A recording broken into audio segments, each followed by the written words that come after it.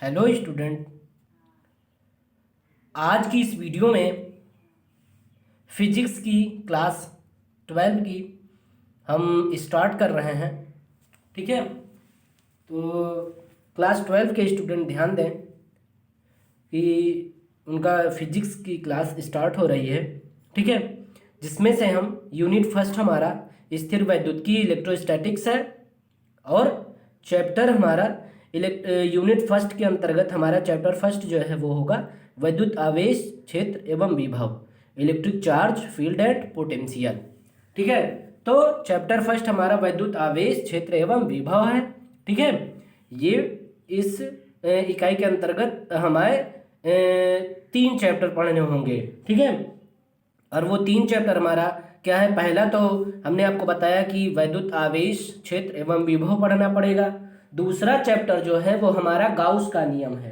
ठीक है, और जो तीसरा चैप्टर हम पढ़ेंगे वो धारिता पढ़ेंगे। ठीक है, वैद्युत धारिता पढ़ेंगे। ठीक है, धारिता ना होकर के वैद्युत धारिता पढ़ेंगे। तो स्थिर वैद्युतिकी के अंतर्गत इलेक्ट्रोस्टैटिक्स के अंतर्गत यूनिट फर्स्ट के अंतर्गत हम 3 चैप्टर पढ़ेंगे। ठीक है, तो आज हम चैप्टर फर्स्ट स्टार्ट कर रहे हैं, वैद्युत आवेश क्षेत्र एवं विभव। ठीक है, तो वीडियो में अंत तक बने रहिए। अगर आप नए स्टूडेंट हैं, और साथ में मैं ये भी बता दूं कि इसमें नोट्स साथ साथ बनवाया जा रहा है और समझाया भी जाता है। आप लोग साथ में नोट्स बनाते चलिए। ठीक है, तो दूसरी बात मैं और आपको बता दूं कि अगर आप मेरे चैनल पर नए हैं तो चैनल को सब्सक्राइब कर लीजिए और बेल आइकन पर प्रेस करके ऑल बटन पर जरूर प्रेस करिए, ताकि वीडियो की जानकारी आपको नोटिफिकेशन के माध्यम से मिल जाए। ठीक है, तो अब हम वीडियो को स्टार्ट करते हैं, मीन्स वीडियो को नहीं, लेक्चर को स्टार्ट करते हैं। ठीक है, और इस लेक्चर में हम वैद्युत आवेश पढ़ेंगे आज। ठीक है, इलेक्ट्रिक चार्ज पढ़ेंगे। भाई, वैद्युत आवेश होता क्या है, इसका मात्रक क्या होता है, फार्मूला क्या होता है, विमा क्या होती है, कौन सी राशि है, ये सारी जानकारी हम इस वीडियो में देंगे आपको। ठीक है, तो वीडियो में अंत तक बने रहिएगा। वैद्युत आवेश होता क्या है ना, इलेक्ट्रिक चार्ज, जिसे हम इंग्लिश में इलेक्ट्रिक चार्ज कहते हैं। ठीक है, तो इसकी परिभाषा बिल्कुल सिंपल है। ठीक है, पहले तो मैं सिंपल परिभाषा बता देता हूँ, फिर उसके बाद आपको जो इसका फार्मूला होता है, फार्मूले के आधार पर आपको ये जो डेफिनेशन बताने वाला हूँ वैद्युत आवेश की, उसको आप रटेंगे नहीं, समझेंगे। ठीक है, बहुत जल्दी याद हो जाएगा। और साथ में जो फार्मूले वाला जो डेफिनेशन मैं बताऊंगा, उसको तो आप केवल फार्मूला अगर आपको याद है तो आप डेफिनेशन तुरंत लिख लेंगे, उसमें कोई दिक्कत नहीं है। आप टीचर के सामने डेफिनेशन बता सकते हैं। ठीक है, तुरंत खड़े रहिए। क्यू बराबर जो फार्मूला बताने वाला हूँ मैं, आवेश को हम क्यू से डिनोट करते हैं। ठीक है, तो जैसे ही आप टीचर के सामने जाएंगे, अगर आपने आपसे पूछा है वैद्युत आवेश की परिभाषा, तो आप पहले यही बताइए। ठीक है, अपने जो फार्मूले से जो आपने बनाया है। ठीक है, तो मैं बताने वाला हूँ, बहुत ही जल्दी आप सीख जाएंगे। ठीक है, तो वैद्युत आवेश होता क्या है, ध्यान से सुनिएगा कि भाई पदार्थ, ठीक है,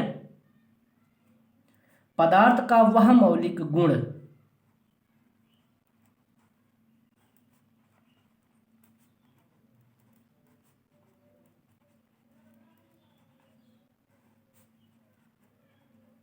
पदार्थ का वह मौलिक गुण जिसके कारण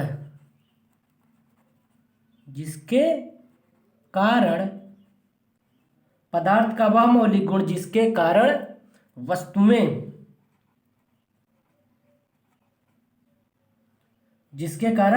वस्तुएं वैद्युत बल, क्या, वैद्युत बल क्या करती हैं, आरोपित अथवा क्या, अथवा अनुभव करती हैं।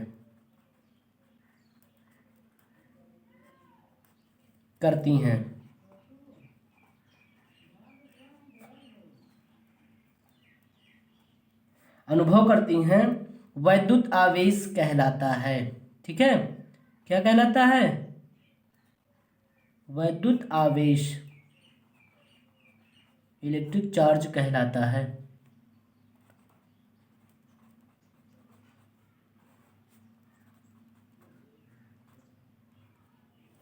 ठीक है, तो मैंने क्या बताया कि पदार्थ का वह मौलिक गुण जिसके कारण वस्तुएं, समझ में आ रही ना, वह मौलिक गुण जिसके कारण वैद्युत बल आरोपित अथवा अनुभव करती हैं, वैद्युत आवेश कहलाता है। ठीक है वैद्युत आवेश कहलाता है। अब हम यहाँ पर इसका वैद्युत आवेश का फॉर्मूला क्या होता है, ठीक है, सूत्र क्या होता है भैया, देखिए यहाँ पर आवेश Q बराबर आई टी के, मतलब आई का मतलब क्या, वैद्युत धारा गुणे समय, समय t। ठीक है, ये हमारा क्या है, फार्मूला है।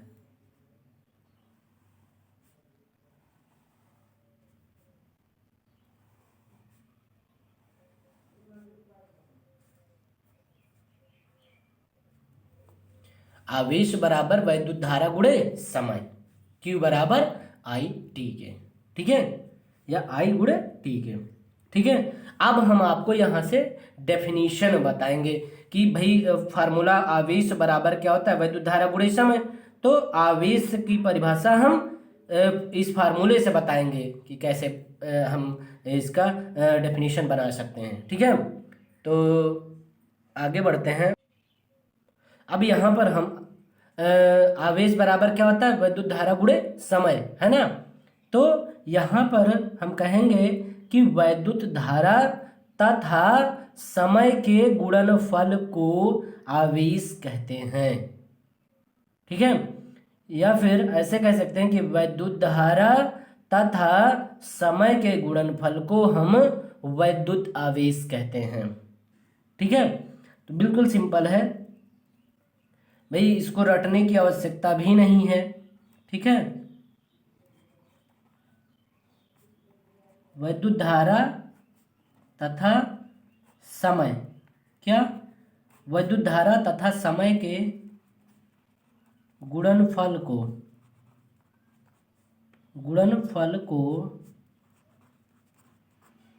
वैद्युत धारा तथा समय के गुणनफल को वैद्युत आवेश कहते हैं।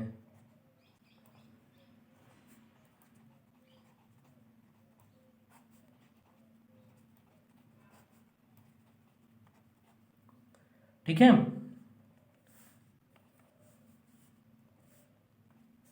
वैद्युत आवेश इलेक्ट्रिक चार्ज कहते हैं। यह हमारी दूसरी परिभाषा हो गई। ठीक है, वैद्युत आवेश की। अगर आपको ये पसंद है तो आप फार्मूला लिख के जो है आप इसको लिख सकते हैं। ठीक है, तो अब हम आगे बढ़ते हैं भाई। ठीक है, और यहाँ पर आप बिल्कुल शॉर्ट में ये भी लिख सकते हैं, चलिए मैं लिख देता हूँ, Q बराबर आई क्रॉस टी, ऐसे भी लिख सकते हैं। और साथ में यहाँ पर शब्द अर्थ मतलब डिनोट जो किया गया है भाई संकेत में, उसको भी लिखा गया है, और जो चीज़ है उसको भी लिख दिया गया है। और यहाँ पर सिर्फ सिंबल का यूज किया गया है, Q बराबर आई गुणे टी। ठीक है, तो ये हमारा आवेश का फार्मूला हो गया। ठीक है, अब हम यहाँ पर आगे सीखेंगे कि भाई वैद्युत आवेश कौन सी राशि है। यहाँ पर पहला पॉइंट है इसका, पॉइंट वाइज मैं आपको बताऊंगा इंपॉर्टेंट पॉइंट इसके। ठीक है, कि वैद्युत आवेश एक अदिश राशि है।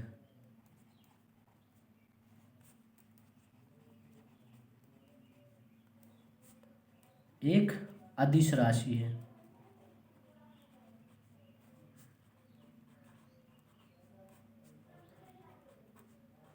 स्केलर क्वांटिटी है। ओके, इसका मान धनात्मक, ऋणात्मक अथवा शून्य भी हो सकता है वैद्युत आवेश का। ठीक है, मैं लिख नहीं रहा हूं, अगर आपको लिखना हो तो आप लिख सकते हैं नोट्स में। ठीक है, वैद्युत धारा की विमा भाई क्या होगी, यहाँ पर देखिए आई है, वैद्युत धारा था ना, तो वैद्युत धारा की विमा ए हो जाएगी, और टी टाइम है, समय है, तो इसकी इसका जो विमा होगी टी होगी, और क्यू का जो होगा वो इतने के बराबर जो है, तो ए इसका हो जाएगा आई का, और टी का टाइम का टी हो जाएगा, तो ए टी। ठीक है, तो क्यू का कितना हो जाएगा बीमा, ए और टी। ठीक है, तो विद्युत आवेश की बीमा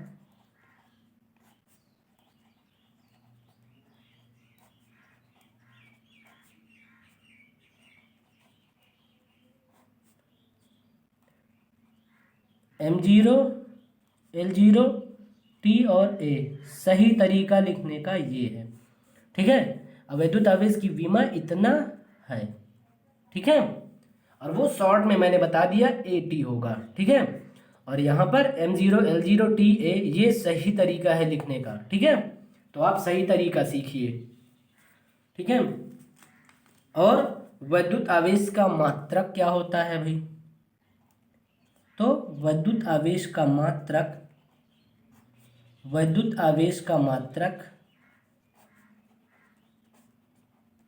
कूलाम होता है। विद्युत आवेश का मात्रक कूलाम होता है। ठीक है, विद्युत आवेश का मात्रक कूलाम है।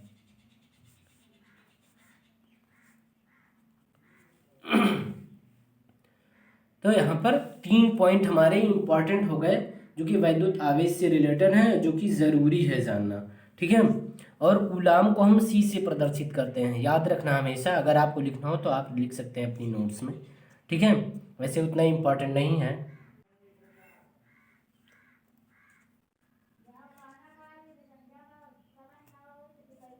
इलेक्ट्रॉन पर आवेश देख लीजिए आप लोग, मान याद रखना हमेशा 1.6 माइनस का गुणे 10⁻−19 कूलॉम। ये वैल्यू हमेशा याद रखना आप लोग, न्यूमेरिकल लगाने के समय याद आएंगे। ठीक है, अगर याद रहेगा आपको तो न्यूमेरिकल लगाते समय आपकी हेल्प करेंगे ये। ठीक है, प्रोटॉन पर आवेश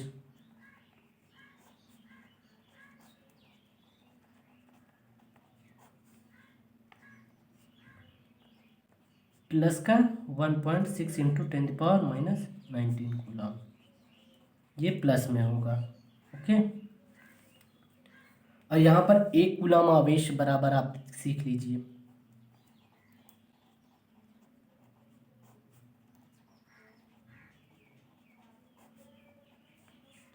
1/1.6 इंटू 10⁻−19 इलेक्ट्रॉनों पर आवेश।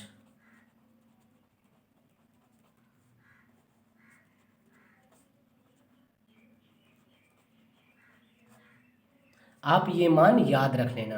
ठीक है, और कायदे से याद कर लेना कि जब आप न्यूमेरिकल लगाएं तो वहाँ पर इलेक्ट्रॉन की वैल्यू रखनी पड़ती है, प्रोटॉन की वैल्यू रखनी पड़ती है, 1 कूलम आवेश पर कितना मान, इलेक्ट्रॉनों पर आवेश कितना है, वो वैल्यू एक इतने से आप 1 को भाग देंगे तो जो वैल्यू आएगी वही आपको लिखना होगा। ठीक है, यहाँ पर 10⁻−19 को आप ऊपर ले जाएंगे तो प्लस में हो जाएगा, और 1 को 1.6 से 1 को भाग दो, जो वैल्यू आ जाएगी वही हो जाएगी। ठीक है, तो आई होप कि आपको विद्युत आवेश की परिभाषा पता चल गई होगी, फार्मूला क्या होता है ये भी पता चल गया होगा, और फार्मूले से आप डेफिनेशन सीख गए होंगे बनाना। ठीक है, और विद्युत आवेश का कौन सी राशि है, कौन सी क्वांटिटी है। ठीक है, विमीय सूत्र क्या होता है, विद्युत आवेश का मात्रक क्या होता है, ये सारी चीज़ें आप इस वीडियो के माध्यम से सीख चुके हैं।